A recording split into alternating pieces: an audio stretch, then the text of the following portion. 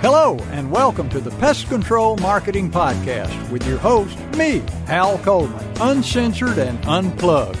Pay attention, take lots of notes, because you're going to find out exactly how to get more new customers, more referrals, and grow your business. Hal Coleman has been active in the pest control industry for over 40 years, including owning and operating his own successful pest control business for 18 years. He now devotes his time to helping other PCOs and other WCOs double, triple, and even quadruple their businesses faster than they ever imagined. Be sure to check out his website, pestcontrolmarketer.com. For more information about Hal's coaching program, you can reach him at 770-993-0004 or email him hal@halcoleman.com. Mike Stewart is known as the Internet audio and video guy. Since the birth of the Internet, Mike has been showing small business owners how to get more new customers, increase their sales, and grow their businesses online using audio and video, now with iPhones and Android phones. For more information about Mike's coaching program and his online training courses, visit MikeStewartCoaching.com or email him mike@internetaudioguide.com. Well, this is Hal Coleman, back with another episode of the Pest Control Marketing Podcast, here with my good friend and associate, Mike Stewart. You there, Mike? Hal, it's always fun to discuss marketing with you. And AFFLUENT, is that something like in your plumbing? You know, it sounds like it, but no. Actually, affluent means the people that have all the dadgum money. Oh. And want to spend it. So, yeah, and this is a big problem with businesses such as pest control businesses, Mike, as you know, because we tend to try to have one message that speaks to everybody and just try to capture everybody with one message. And that simply doesn't work well because different groups speak different languages. The affluent people don't speak the exact same language as the broke people do, you might say. Or the struggling people, and what's the right word? Financially impaired? Maybe that's a better way. Well, maybe so. We've all been there too, but they're looking for different things. So it's very important that if you want to reach the affluent people, which I did when I owned my pest control business, and my clients struggle with this continuously. You know, they say, well, my biggest problem is I have a lot of clients who don't have much money and they're low income, and they stay with me for 2 months and then they drop off the program and they don't return my phone calls, or they get 3 months behind in their payment and I have to cut them off. So it's a struggle. And I suggest to them, why don't we target a different group, affluent people who have money and they don't mind spending money. And they don't question prices. So this is something that we need to discuss. Well, absolutely. In fact, a good mutual friend of ours, Steve Siebold, actually wrote a book, How Rich People Think. And there is a mindset of successful entrepreneur and business owners and people who are in professions that afford them to be affluent. And of course, I don't think that we advocate that you don't take people's business, because everybody has bug problems and everybody wants to get rid of bug problems no matter where they are financially. A bug problem is a bug problem. But we're talking about the marketing of this very needed service to the way different people think. I mean, there's a great book called As a Man Thinketh. And it's basically your mindset kind of puts you where you are in your world. And of course, one of the things that we advocate is, do change your mindset. But as a marketer, you have got to approach, especially the customers that have, the resources to pay you without. I mean, it takes time and energy and cost to be chasing down people who owe you money. And when you get a clientele, there's no reason why you shouldn't target that clientele that has the room on their credit cards or is adamant about having all their bills paid on time. And we're not talking about another pricing structure for that customer, but we're talking about the fact that the more of that type of customer you have, that's a great thing to be marketing to. So share your wisdom and experience, because I know you were in a very nice section of Georgia called Roswell, which had a lot of affluent people, a lot of different types of affluent people living in that area up there. And they all had bug problems. So why did they go to North Fulton, Hal? What did you do differently?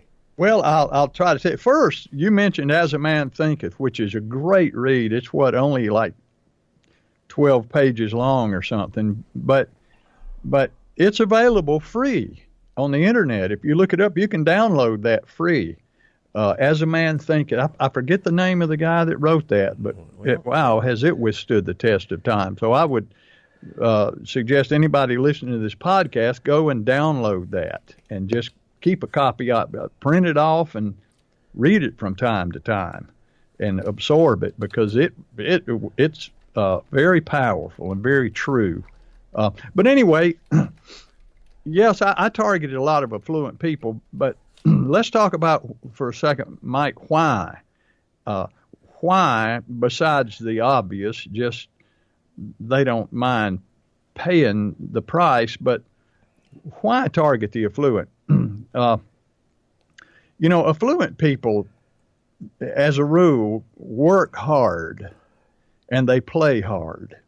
They have money, they work hard to get that money, and they don't mind spending it to have fun. So one of the things about affluent people is, one of the things that you do when you market is they don't have time to mess around. They don't want to waste time. They want everything to be easy. They like to have the credit card on file to make payment easy. They like to have the scheduling easy, and the service done efficiently and quickly. And they're willing to pay for that, just for the ease and convenience of doing business with you. And also, affluent people are highly professional people as a rule.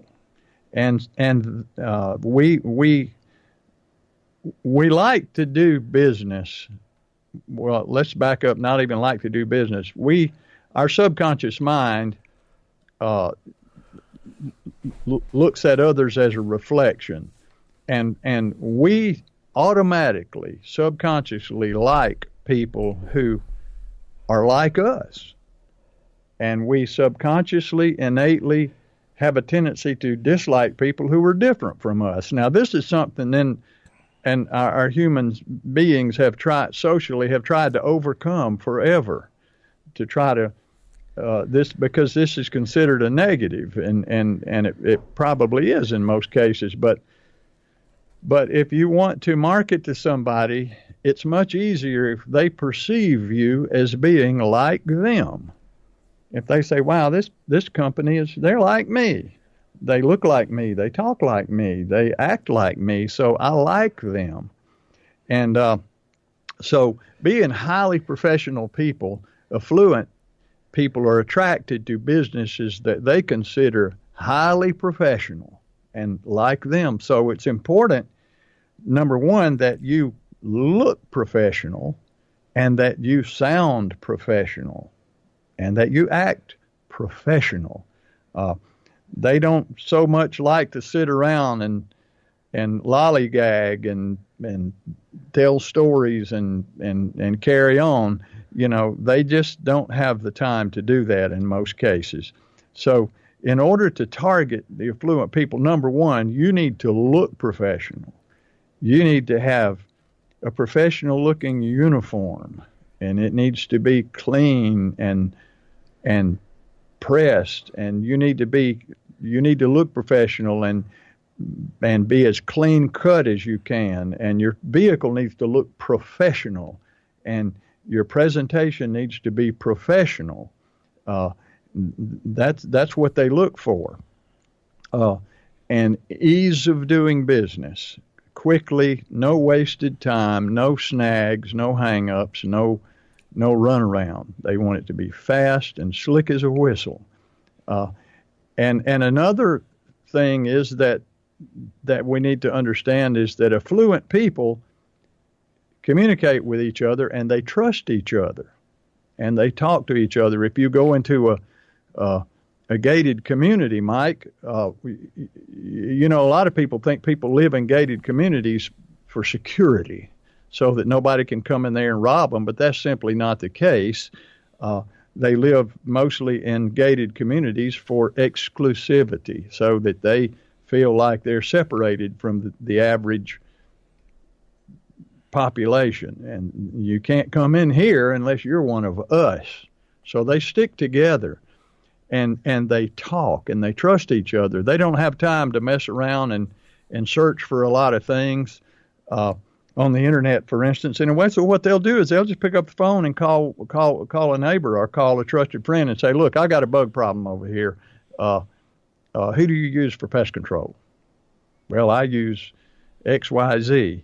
All right, you got their phone? Yes. Yeah, let me give it to you. And they talk about these things. So it's very important that we understand how they act and how they think, because if we can get into their inner circle and get into their community, they'll refer us to a lot of their friends and neighbors. So I'm tired of talking now. You jump in there. Right? Well, you know, I got to have some coffee here. Yeah, well, you have some coffee, but you know, I totally agree. You've got to let go of any mindsets that this is a politically incorrect mindset. I mean, I don't care left, right, liberal, conservative. This is about your business getting customers that can pay you for their services. So if you're going to, whether you like it or not, it's a fact that affluent, wealthy people have a mindset. And they have a mindset because that was part of the mindset that helped them get to the point of being affluent. By the way, that book is called As a Man Thinketh by James Allen. It was written in 1903. Yeah. And it basically talks about, you know, you need to change your mindset. You need to be one of the most affluent in image, in how you talk, in how you relate, and how you advertise. I mean, I'll give you a great example how that we'll bring the internet into this. Very true. Wealthy, affluent people in a gated community. In Atlanta, we had Country Club of the South.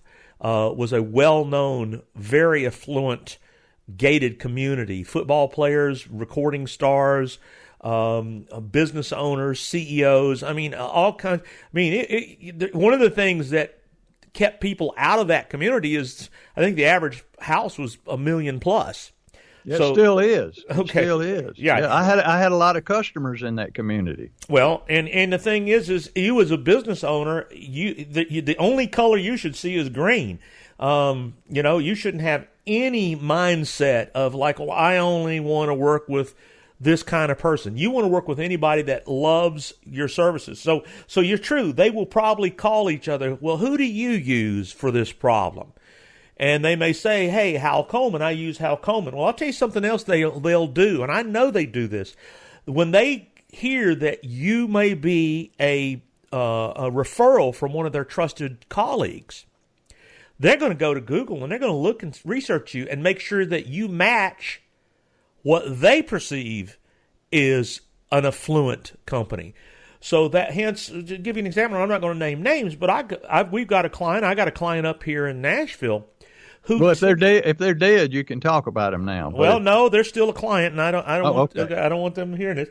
But when I tell the story, they're going to know who they are if they listen to the podcast. And this is not to be negative, but when you went on Google about a year ago, the only Google review they had, the only comment in Google about their business, which is called Google Reviews, were all negative. They had 3 negative reviews. And in fact, it's interesting to go look at your competitors. And one of our clients is up to 52 5-star positive reviews. believe me, the affluent will use the internet to research you before they make I don't believe every one of them will just all of a sudden call you. So make sure everything about you appeals to everyone, not just the affluent. Simple little things. You don't need to dress sloppily when you go into anyone. You don't need to talk in a way that's unprofessional in any way, no matter who you talk to, but especially with the affluent. And the motivation for me to work with the affluent is the fact that they've got the budget, they've got the money, and generally you're not going to be chasing your money. And those are the kind of customers that, if you have a big stable of those kinds of customers, you're going to have a reliable cash flow that's going to let you weather problems that come down the road that have nothing to do with their business. So anyway, that's my 2 cents. That's a great point. And here's something else. When I had my pest control business, which I sold about 9.5 years ago, I was at that time the highest priced pest control company in Atlanta. I evolved that way after reading. Actually, I really got on that track after reading a book by Larry Steinmetz called How to Charge a Higher Price Than All of Your Competition, and a great book, by the way. If you're listening, you should check out that book. But I just kept raising my prices, and I found that wow, there are certain people who never question my price. And one thing that people don't realize is the affluent people are, in most cases, automatically attracted to the highest price. When they look through a magazine or they shop, they are not looking for the cheapest pair of shoes.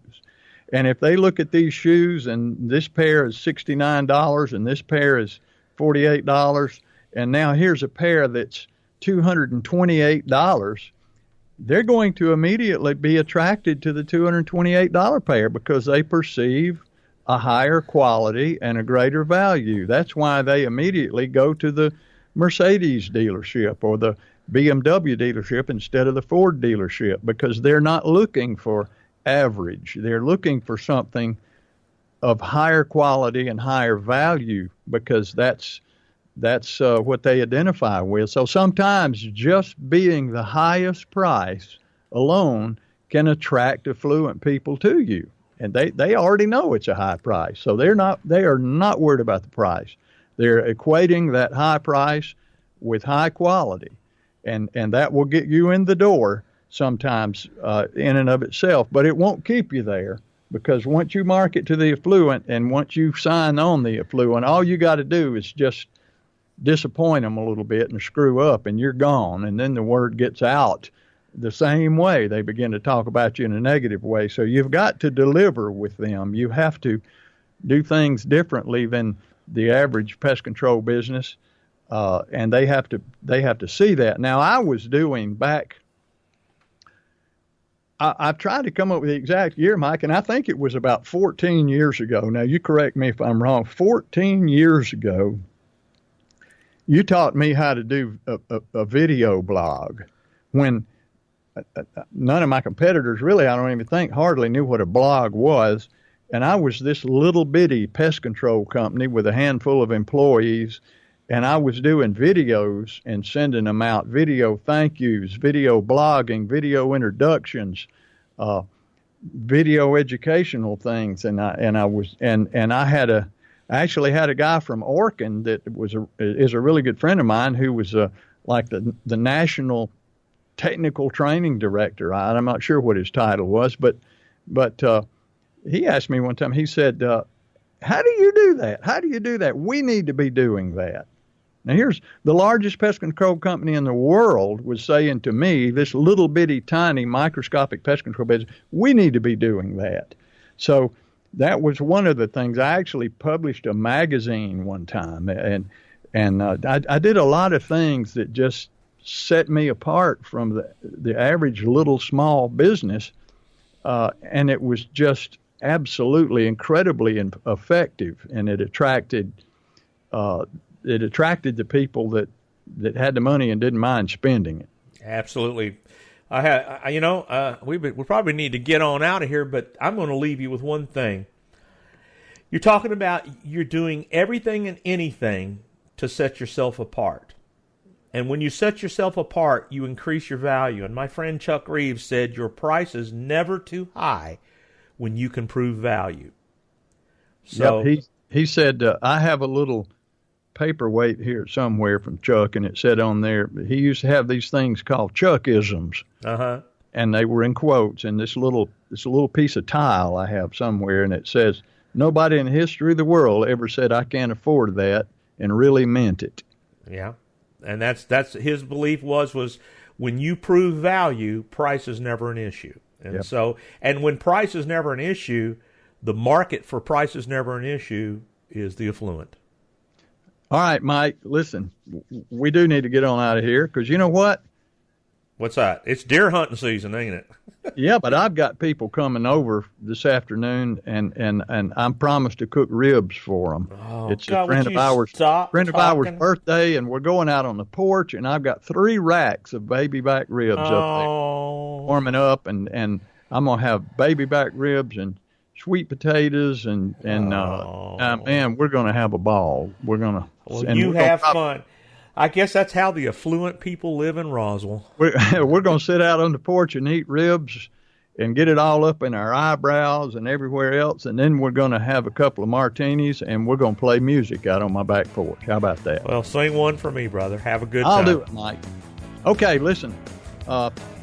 Thanks, folks. And go check out Pest Control Marketing Gold. It is a membership site that Mike and I have for people who really want to kind of begin to taste a little bit of our coaching and get a little further instruction. Go to pestcontrolmarketinggold.com and check it out. Thanks for listening to the Pest Control Marketing Podcast. Be sure to subscribe to our podcast in iTunes and on your phones and in Stitcher on your Android. But more importantly, go to our website, pestcontrolmarketingpodcast.com. Subscribe to our email list to always be notified of new episodes. You're never going to want to miss what we got coming up next, and you never know what we're going to be able to do to help you with your pest control marketing.